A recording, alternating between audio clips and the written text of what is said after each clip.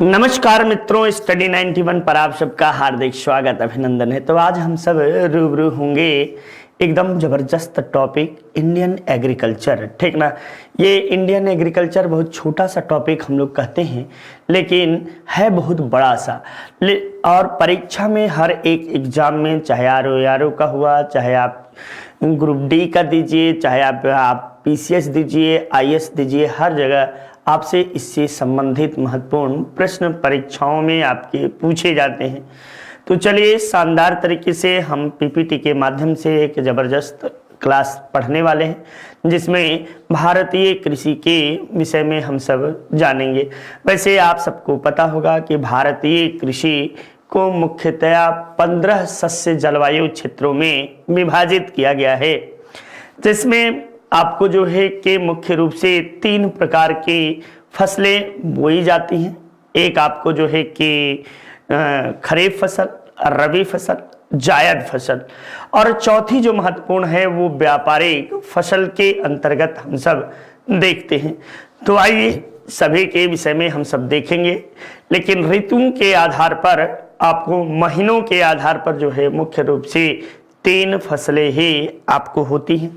तो ये आप सब देखे होंगे, खरीफ, रबी, जायद, ये सभी फसलें इसके अंतर्गत आपको आते हैं, ठीक। तो आइए हम सब देखेंगे, आज के टॉपिक में कवर करेंगे ये आपको भारतीय फसल, रबी, जायद, खरीफ, आपको प्रमुख कल्चर, प्रमुख स्थानांतरित कृषि, आपको कृषि संबंधियां प्रमुख महत्वपूर्ण क्रांतियां और अनुसंधान संस्थान कृषि से संबंधित, इन्हीं बातों पर हम सब आज जिक्र करेंगे।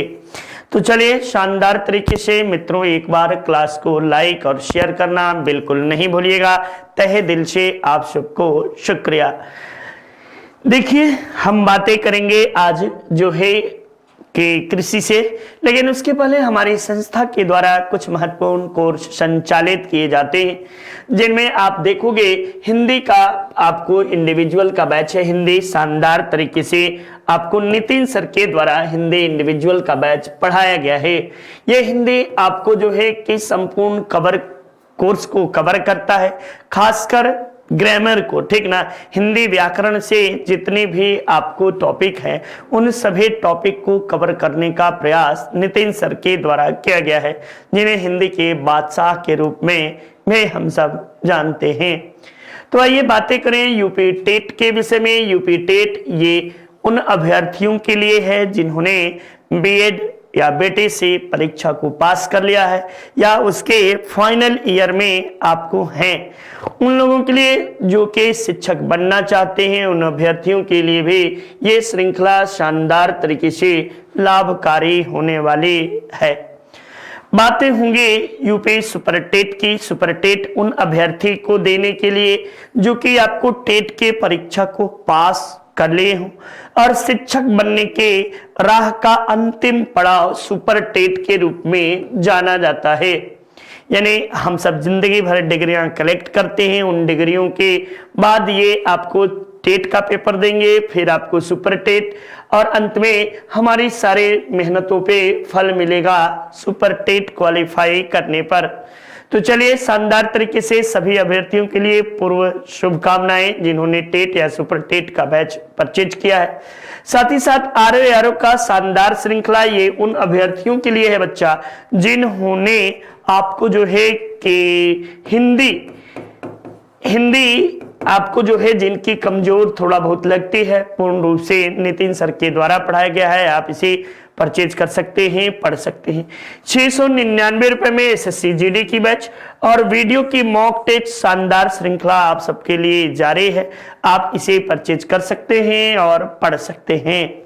चलिए आइए बातें करेंगे भारतीय कृषि के विषय में। वैसे ऋतुओं के आधार पर भारत में सस्य फसलों को, यानी सस्य का मतलब कृषि को, ठीक ना, ये कृषि के आधार पर, ऋतुओं के आधार पर 3 प्रकार के फसलें बांटी गई हैं। ये रबी फसल है, खरीफ फसल है और जायद फसल है। रबी फसल, खरीफ, जायद, और एक आपको जो है वैसे तो चौथी व्यापारिक फसल के रूप में भी हम सब जानते हैं, व्यापारिक फसल, या इसे ही नगद फसल के रूप में भी जानते हैं, ठीक ना।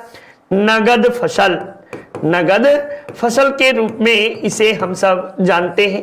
ये व्यापारिक फसलें जो होती हैं ये लंबे समय तक के लिए भी हैं और कम समय तक के लिए। व्यापारिक फसलों के अंतर्गत हम लोग आलू, याद रखिएगा, कपास, गन्ना, चाय, कहवा, रबर, ठीक ना, अरहर, इन सबका जो है व्यापारिक फसलों के अंतर्गत अध्ययन किया जाता है। तो चलिए, रबी फसल वैसी फसल जो अक्टूबर नवंबर में आपको जो है बोई जाती है, नवंबर में, और मार्च अप्रैल में आपको जो है काट ली जाती है। मार्च अप्रैल, ठीक ना, अप्रैल में काट ली जाती है। वहीं आपको जो है जून जुलाई में आपको जो है बोई जाती है और अक्टूबर नवंबर में आपको काट ले जाते हैं ये बातें। और ये आपको फरवरी मार्च में बोई जाती है और आपको जो है मई जून में आपको जो है काट ली जाते हैं। उसे ही हम क्या कहते हैं, जायद फसल के रूप में जानते हैं। ऋतुओं के आधार पर ये फसलें हम सब देखेंगे। तो चलिए, ये आपको जो है ये हम लोग देखते हैं। भारत के मुख्य रूप से 3 प्रकार के आपको जो है फसलें बोई जाते हैं मुख्य रूप से, जिसमें याद करिए रबी फसल को शीतकालीन फसल के रूप में भी जाना जाता है। ये अक्टूबर नवंबर महीने में बोई जाती है और आपको कटाई इसके मार्च अप्रैल माह में की जाती है। इसके अंतर्गत गेहूं, जौ, मटर, सरसों, मसूर, आलू आदि फसलें आपको जो है कि रबी फसल के अंतर्गत, चना, यहां भी याद कर लो, चना, ठीक, ये आपको जो है कि मुख्य रूप से ये फसलें मानी जाती हैं। वहीं पे खरीफ फसल, दूसरी फसल, इसे ग्रीष्मकालीन फसल के रूप में भी याद किया जाता है। इस फसल की बुआई जून जुलाई महीने में आपको किए जाते हैं और अक्टूबर नवंबर महीने में इसकी कटाई कर ली जाती है। इस फसल के अंतर्गत चावल, ज्वार, बाजरा, मक्का, तिलहन, मूंगफली, उड़द, कपास, रागी, सोयाबीन आदि की आपको जो है बुआई की जाती है। वहीं हम सब बात करेंगे जायद फसल जो होती है ये बोई जाती है शीतकाल में, काटी जाती है ग्रीष्म काल में, यानी दोनों के बीच की अवधि आपको मानी जाती है। मार्च अप्रैल में यह बोई जाती है और जून जुलाई में इसे काट लिया जाता है। ये प्रमुख फसलों में खरबूज, तरबूज, ककड़ी, खीरा, भिंडी और विभिन्न प्रकार की जो सब्जियां उगाई जाती हैं ये आपको इसी में बोई जाती हैं। तो मुख्य रूप से हमने 3 प्रकार की फसल देखा। एक मैंने पीछे ही बताया, चौथा व्यापारिक फसल उस फसल को कहते हैं जो आपको व्यापार करने के उद्देश्य से बोई जाती है, उसे हम व्यापारिक फसल के रूप में जानते हैं, ठीक ना। तो कुल भारत में 4 प्रकार के कृषि विभाग के द्वारा 4 प्रकार की फसलें हैं। पहला है आपको खरीफ, दूसरा रबी, तीसरा जायद और चौथा व्यापारिक फसल वर्ष भर बोई जाते हैं। जैसे अरहर को देखिए तो एक बार बो दिया जाता है, जून जुलाई में बोया जाता है और मार्च अप्रैल में काटा जाता है। तो ये वर्ष भर आपको कृषि जो है बिजी रहता है।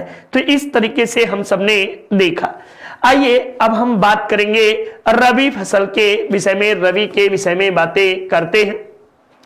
रबी फसल को शीत ऋतु के अक्टूबर नवंबर में आपको बोया जाता है और आपको जो है मार्च अप्रैल में काट लिया जाता है। पीछे मैंने बताया कि गेहूं, जौ, मटर, चना, सरसों और ये सभी रबी फसल के अंतर्गत आते हैं। परंतु यहीं पे मैंने विशेष ये लाइन इसलिए लिखाया कि कुछ ऐसी फसलें हैं जो कि रबी में बोई जाती हैं और कुछ वर्ष भर बोई जाती हैं, ठीक ना। तो जिसमें आप देखेंगे पंजाब, हरियाणा, हिमाचल प्रदेश, जम्मू, उत्तराखंड, उत्तर प्रदेश में गेहूं और रबी के अंतर्गत उत्पादन किया जाता है। तो ये बातें आप सबके लिए है। शीत ऋतु में शीतोष्ण विक्षोभों से होने वाली वर्षा इन फसलों के उत्पादन के लिए अधिक सहायक होती है। खासकर पंजाब में, हरियाणा में, आपको पश्चिमी उत्तर प्रदेश, राजस्थान के कुछ भाग में। और इन्हीं आपको जो है कि हरित क्रांति की सर्वाधिक सफलता आपको जो है गेहूं पर है देखने को मिला है, या रबी फसलों में सर्वाधिक वृद्धि आपको की गई है। ये बातें भी आप याद कर सकते हैं। ये जो मैंने एक लाइन यहाँ पे होगा, ये शीतोष्ण विक्षोभ को पश्चिमी विक्षोभ के नाम से भी जानते हैं, ठीक ना। इसे पश्चिमी विक्षोभ के नाम से भी आपको जाना जाता है, ये बात भी याद रखिए। ये पश्चिमी विक्षोभ के रूप में भी इसे हम सब जानते हैं। तो इससे कुल भारत में 5% भारत की वर्षा जो है ये पश्चिमी विक्षोभ के कारण उत्पन्न होती है। नेक्स्ट देखिए, आइए अगला, खरीफ फसल। ये आपको खरीफ फसल वैसी फसल जो कि मानसून के आगमन से आपको जो है बोई जाती है, आगमन के समय में यह फसल बोई जाती है, खासकर से जून जुलाई माह में यह बोई जाती है और अक्टूबर नवंबर महीने में इसे काट लिया जाता है। इस फसल के अंतर्गत मुख्य रूप से चावल है, मक्का है, ज्वार है, बाजरा है, तूर है, मूंग है, उड़द है, कपास है, जूट है, मूंगफली है, सोयाबीन है, तंबाकू है, रबर है, ठीक ना। ये सभी आपको बोई तो इसी समय जाती हैं, ठीक। चावल की मुख्य रूप से खेती जो है पश्चिम बंगाल में, असम में, उड़ीसा में, उत्तर प्रदेश, आंध्र प्रदेश, तेलंगाना, तमिलनाडु, महाराष्ट्र आदि राज्यों में आपको की जाती है। पिछले कुछ वर्षों से चावल पंजाब और हरियाणा में भी उगाई जाने लगी है और असम, पश्चिम बंगाल, उड़ीसा में धान की फसलें औस, अमन और बोरो के नाम से आपको जानी जाती है, यानी तीनों ऋतुओं में यहाँ पे बोई जाती हैं, पश्चिम बंगाल, उड़ीसा और असम के कुछ क्षेत्रों में, ठीक। नेक्स्ट देखो, जायद फसल। ये याद रखिए, जायद फसल जो है रबी और खरीफ ऋतुओं के मध्य आपको बोई जाने वाले ये मुख्य फसल है। इसके अंतर्गत आपको जो है जितने खाने वाले यानी फल वाले जो होते हैं, जो धरती पर उगने वाले फल, जिसमें खीरा है, ककड़ी है, आपको जो है मिट्टी पर, ठीक ना, ये तरबूज है, ये सभी जो है ये और चारों की फसलों की खेती इस माह में की जाती है, ठीक ना। ये आपको देश के इस यद्यपि इस प्रकार के अलग अलग ऋतुओं में दक्षिण भागों में नहीं पाई जाती, लेकिन अधिकतम तापमान आपको जो है तापमान वर्ष भर आपको किसी भी उष्णकटिबंधीय फसल की बुवाई में सहायक होता है। चलिए नेक्स्ट बातें हम लोग, आइए अगली महत्वपूर्ण बातें करते हैं और भारत की प्रमुख फसलों में हम लोग पढ़ेंगे चावल, ठीक ना।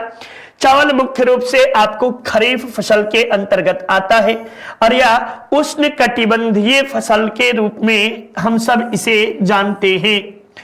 यहाँ पे ओस जो है शरदकालीन, अमन शीतकालीन, बोरो ग्रीष्मकालीन, ये पश्चिम बंगाल में उत्पादित की जाने वाले फसल की 3 किस्में हैं। चावल की खेती के लिए चिकनी मिट्टी, किस तरह की चिकनी दोमट मिट्टी जो है इसके उत्पादन के लिए उपयुक्त होती है। चावल के लिए तापमान जो है 25 डिग्री सेंटीग्रेड तापमान जरूरत है। वार्षिक वर्षा 100 सेंटीमीटर अधिक आवश्यक मानी जाती है, ठीक। चावल के उत्पादन में भारत चीन के बाद विश्व में दूसरा स्थान पर आपको स्थान रखता है, यानी पहले स्थान पर चीन है। लेकिन कुल बुआई के मामले में, चावल के बोने के मामले में भारत विश्व में प्रथम स्थान पर है, ठीक ना। यहीं पे आप याद रखिएगा डाटा को, कुल बुआई के मामले में यानी कुल भूमि क्षेत्रफल पर बोई जाने वाली सबसे बड़ी फसल भी आपको चावल ही माना जाता है। चावल में कार्बोहाइड्रेट की मात्रा आपको जो है कि 76%, प्रोटीन की मात्रा आपको जो है 6 से 7%, वहीं वसा की मात्रा आपको 2 से 2.5% के बीच में आपको पाया जाता है। हमारी संस्था के द्वारा अपनी हिंदी शानदार तरीके से नितिन सर के द्वारा लिखी गई है और ये हम सब ने मिलकर लिखा है, ठीक ना। तो जबरदस्त तरीके से, शानदार तरीके से आप इसे परचेज कर सकते हैं, पढ़ सकते हैं। वीडियो की बुक शानदार तरीके से आपको 199 रुपए में, पेट कम्बो की बुक 350 रुपए में, पेट की बुक 300 रुपए में आपको जो है आरो की हिंदी की बुक है बेटा, ठीक ना। ये हिंदी की बुक है, जल्द ही जीके जीएस की भी बुक आप सबके सामने आ जाएगी। और लेखपाल की ये सभी श्रृंखलाएं जबरदस्त तरीके से चल रही हैं। यदि आपको किसी तरह की कोई दिक्कत है तो 7007734525 पर आप संपर्क कर सकते हैं और अपने आपको ज्ञान में अभिवृद्धि कर सकते हैं। नेक्स्ट देखिए, ये चावल केंद्रीय चावल अनुसंधान संस्थान उड़ीसा के कटक में है। साथ ही साथ चावल में लगने वाला प्रमुख खैरा रोग किससे संबंधित बार बार पूछा है, तो चावल में लगने वाला ये प्रमुख रोग है। ये किसकी कमी से होता है, तो जिंक की कमी से आपको जो है खैरा रोग लगता है। नेक्स्ट देखिए, भारत में सर्वाधिक आपको क्षेत्रफल पर बोई जाने वाले फसल कौन सी है, तो चावल मानी जाती है। चावल के उत्पादन में पश्चिम बंगाल, उत्तर प्रदेश, पंजाब, आंध्र प्रदेश, उड़ीसा, तेलंगाना, छत्तीसगढ़, तमिलनाडु, बिहार, असम आदि राज्य जो है मुख्य भूमिका अदा करते हैं। कुछ चावल की किस्में हैं जिसमें जमुना, करुणा, जया, पद्मा, कांची, कृष्णा, कावेरी, हंसा, पूसा, सुगंधा, पाइप, आपको माही, सुगंधा, बाला, रत्ना, ये चावल की प्रमुख कुछ किस्में हैं जो कि हाइब्रिड टाइप की किस्में हैं। इसके उत्पादन करने से आपको कृषक को बहुत अधिक लाभ मिलता है। नेक्स्ट वहीं पे आइए हम सब गेहूं की बात करें, विट की बातें करें। गेहूं यह एक रबी फसल है और इसके लिए दोमट मिट्टी जो है उपजाऊ मानी जाती है। साथ ही साथ इसके लिए वर्ष भर आपको वर्षा जो है 50 से 75 सेंटीमीटर उपयुक्त मानी जाती है। और इसके लिए सर्वाधिक उत्तम तापमान, यहाँ पे तापमान नहीं दिया है, उत्तम तापमान जो है, तापमान सबसे उत्तम तापमान 12.5 डिग्री जो होता है डिग्री सेंटीग्रेड, ये सबसे उत्तम तापमान गेहूं के लिए माना जाता है।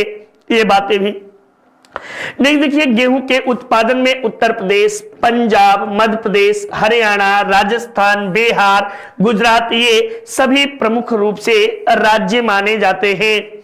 वही आपको कल्याण, सोनालिका, राज, आपको 3077, अर्जुन, ये सभी गेहूं की प्रमुख किस्में या प्रजातियां होती हैं। गेहूं में आपको जो है कि 8 से 15% तक प्रोटीन पाया जाता है। लगभग आपको जो है गेहूं में प्रोटीन है और आपको 1.5% के आसपास वसा पाया जाता है। लगभग 75 से आपको जो है कि 70 से 75% कार्बोहाइड्रेट भी आपको गेहूं में पाया जाता है। गेहूं के उत्पादन में भी चीन के बाद आपको भारत दूसरे स्थान पर है, यानी चीन पहला, भारत दूसरा और रूस तीसरे स्थान पर क्रमश है। चूंकि इधर आपको यूक्रेन था, लेकिन रूस बीच में, आपको इस बीच रूस तीसरे उत्पादन में आ गया है। नेक्स्ट देखिए, ये बाजरा, ठीक ना, बाजरा मुख्य रूप से खरीफ फसल मानी जाती है, जबकि दक्षिण भारत में इसे खरीफ एवं रबी दोनों फसल के रूप में बोई जाती है। इसके लिए आपको जो है कि टेम्परेचर जो होना चाहिए 25 से 30 डिग्री सेंटीग्रेड आपको टेम्परेचर होना चाहिए। साथ ही साथ वार्षिक वर्षा की आवश्यकता कितनी होती है, तो यहाँ डिग्री सेंटीग्रेड ये तापमान है बेटा, ठीक ना, ये सेंटीमीटर नहीं, ये तापमान है। और वर्षा कितना होना चाहिए, तो वर्षा इसके लिए 50 सेंटीमीटर आपको वर्षा आवश्यक माना जाता है। 50 सेंटीमीटर ये वर्षा आपको जो है आवश्यक माना जाता है। 50 सेंटीमीटर तक यदि वर्षा हुई है तो वहां पर आपको जो है कि ये बाजरा मुख्य रूप से बोई जा सकती है। हल्की बलुई मिट्टी, इसके लिए मिट्टी किस तरह की, बलुई, छिछली, काली मिट्टी और लाल मिट्टी इसके लिए उपयुक्त मानी जाती है। ये मुख्य रूप से राजस्थान, उत्तर प्रदेश, हरियाणा, गुजरात, मध्य प्रदेश, महाराष्ट्र आदि राज्यों में आपको बोई जाती है। चलिए देखिए अगला, मक्का। मक्का जो है ये भी मुख्य रूप से खरीफ फसल के अंतर्गत आपको आती है।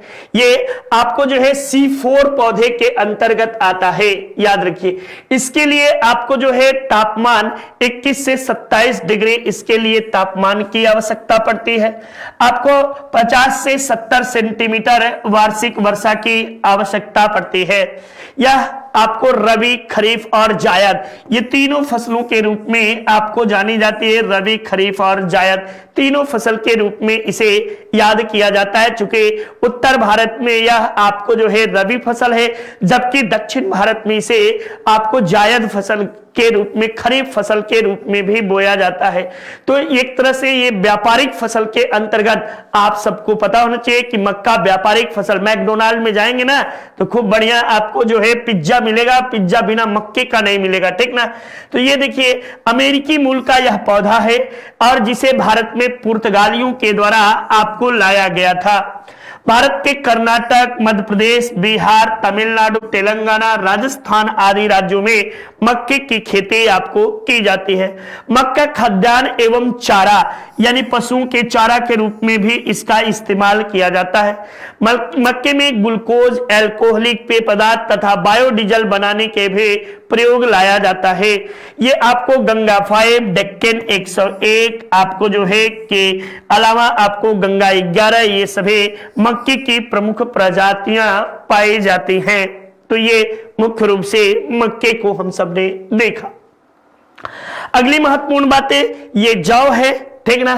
तो जौ के विषय में हम सब देखेंगे। जौ एक शीतोष्ण कटिबंधीय आपको जो है पौधा माना जाता है, यानी ये आपको रबी प्रकार की फसल है, ये रबी फसल है, याद रखिए। इसके लिए तापमान 10 से 18 डिग्री सेंटीग्रेड और वार्षिक वर्षा 70 से 90 सेंटीमीटर आपको जो है वार्षिक वर्षा, औसतन वर्षा उच्च माना जाता है।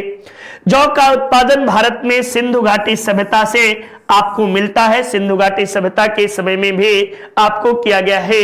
मानव द्वारा उपजाई गई पहली फसल जो है ये आपको जौ ही मानी जाती है। मानव द्वारा उपजाई गई पहली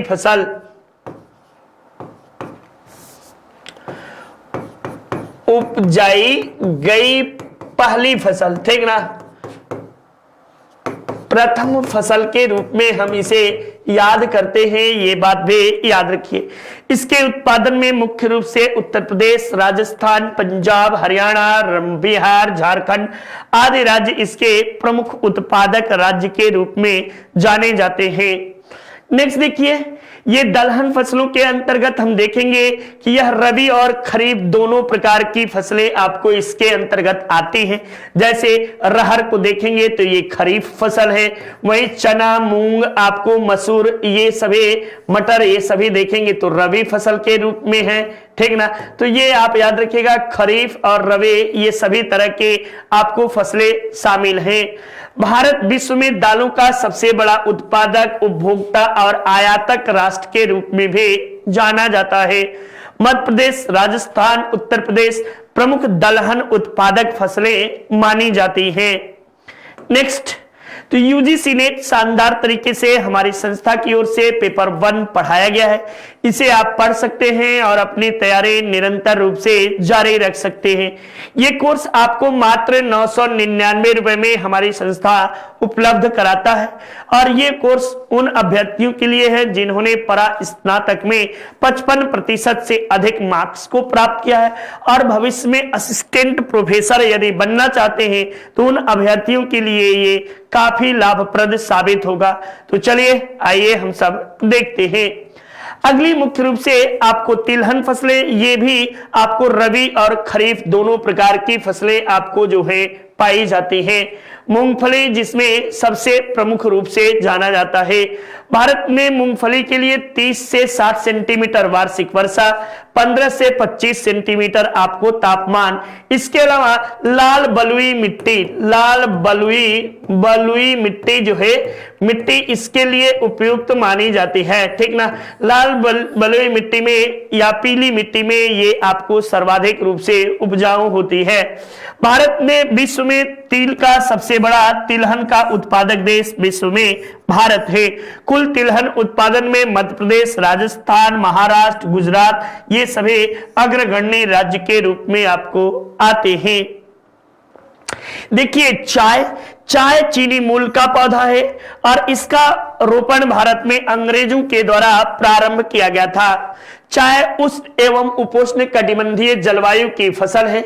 ये आपको ह्यूमस और जीवाश्म युक्त लेटेराइट मिट्टी में आपको मुख्य रूप से बोई जाती है। ये ज्यादातर इसे आपको जो है झूम कृषि के अंतर्गत या पहाड़ी ढलानों पर चाय की खेती आपको उत्तम मानी जाती है। चाय की खेती के लिए सीढ़ी नुमा खेतों को होना बड़ा आवश्यक है।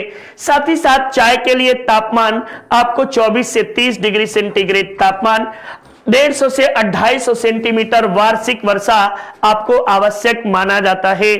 चाय के उत्पादन में मुख्य रूप से असम, पश्चिम बंगाल, तमिलनाडु, नीलगिरी की पहाड़ियां एवं केरल ये मुख्य रूप से जानी जाती हैं।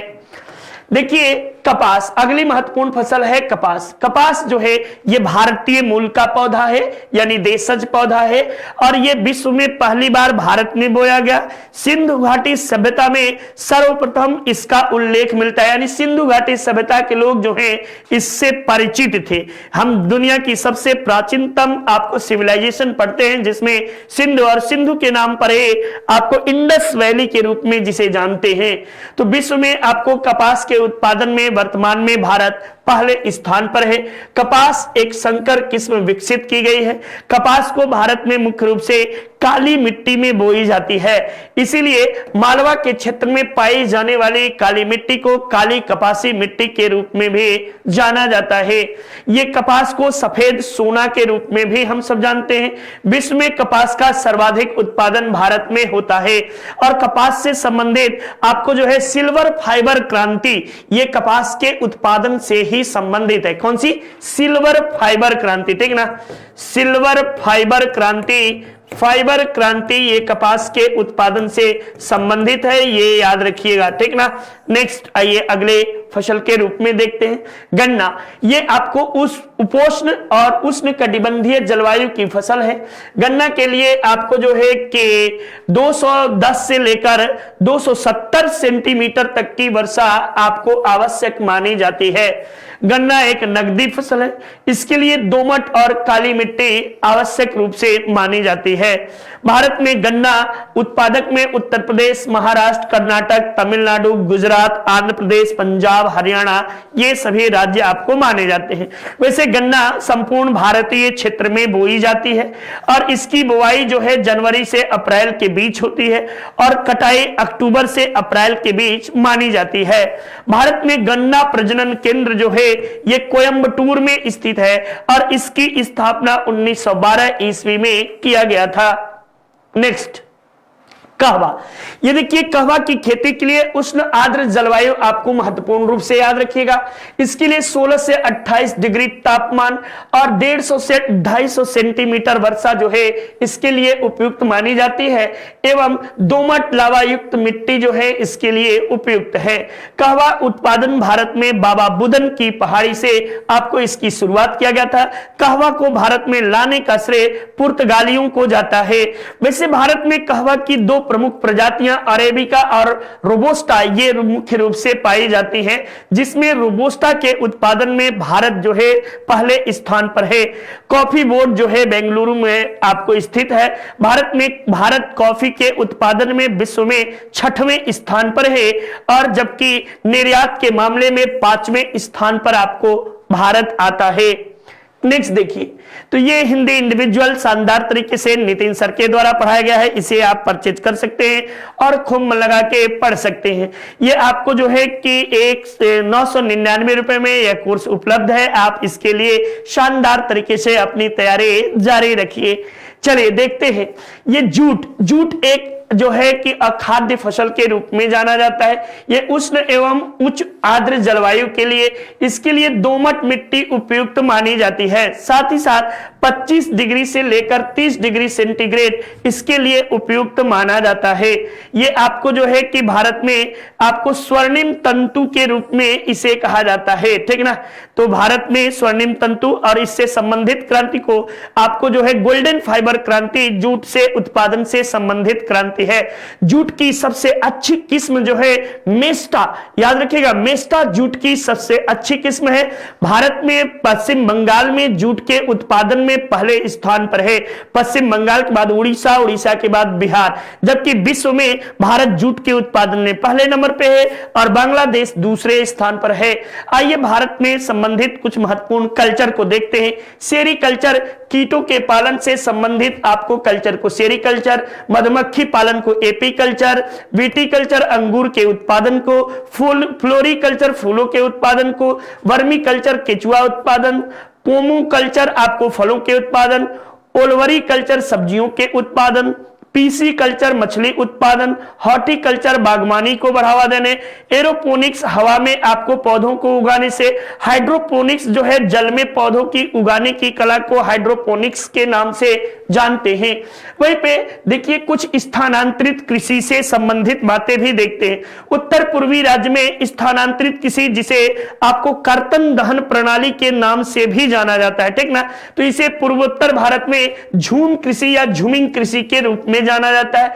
उड़ीसा में इसे डाहिया, बेबर या दिम्पा के नाम से जाना जाता है। राजस्थान में वालरे कतया के नाम से जाना जाता है।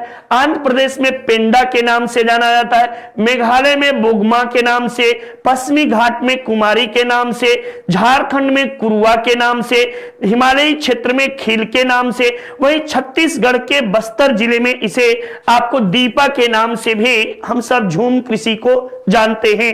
अंतरराष्ट्रीय जगत में झूम कृषि के अन्य देशों में भी अलग अलग नाम हैं।